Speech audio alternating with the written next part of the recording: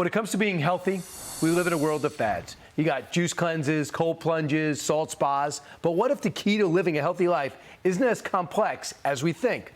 You have a new book claims just that the secret to living better and longer lies with your metabolism. I'm joined by the co-authors, Dr. Casey Means and her brother Calley Means. They're the author of a brand new book, Good Energy, The Surprising Connection Between Metabolism and Limitless Health. Great to see you both. Calley, I'll start with you. When did you realize that America needs to know that they're being poisoned by their food? So I was a lobbyist early in my career for the food and pharma industry, and I learned a simple thing, which is that 95% of healthcare costs are tied to preventable conditions that are all tied to our metabolism. And there's two roads we can go. We can talk, doctors can talk about that a keto diet is the best way to reverse infertility, that exercise and sunlight is the best way to reverse depression, but that's not profitable. We funded the research, we funded the med schools, we funded the politicians, and the reality is that we have a system that makes money when people are sick. That's the economic reality. So Casey, trained at Stanford Med School, was trained that when a kid shows a sign of ADHD, Adderall, shows a sign of being sad, SSRI, shows a sign of high cholesterol, statin. All these drugs are doubling prescription rates among teens in the past 5 years, and it's not getting better. We have to completely have a radical change and realize that almost every chronic condition that's ailing us, Brian, is tied to metabolism and simple solves we're not being told about. So, Casey, what you're saying is, and what you found out and what you claim is that our food is combining, the USDA is combining with the medical profession and Big Pharma to keep us chronically sick because they make money when we're on some of this medication?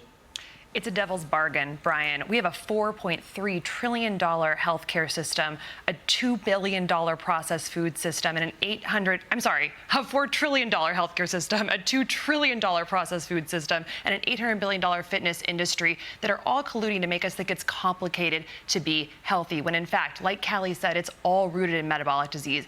Every chronic condition is going up all at once. We're on track to have 2 million cases of cancer this year. 50% of American adults have type 2 diabetes and prediabetes. 75% of American adults have overweight or obesity. Autoimmune diseases are all going up.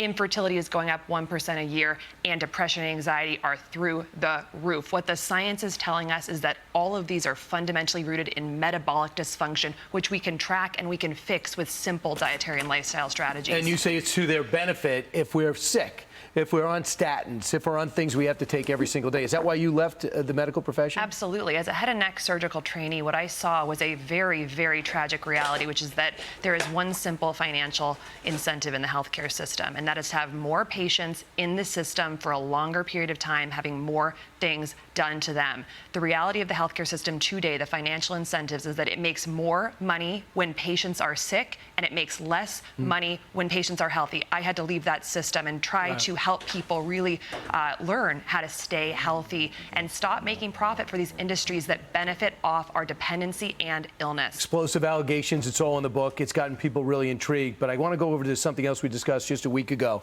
and that's Ozempic. Calley, let's talk to you. It's a way of getting people thin. This way they're not as sick. They're more healthy. Do you think Ozempic is a miracle cure? Absolutely not, Brian. I'm a new parent, and I go to a daycare facility, and most kids are clearly having issues, developmental issues, overweight. 50% of teens are overweight or obese.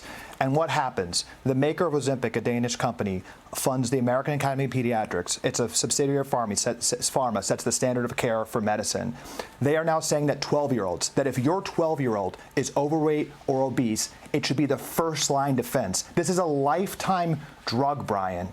This is, we need to get kids on a path of curiosity about why they're getting so sick, about why all these conditions are at all-time highs this year. Additionally, it will cost $1,800 per month per patient of taxpayer money. Bernie Sanders recently just said it's going to bankrupt the healthcare system. He's actually right on this one.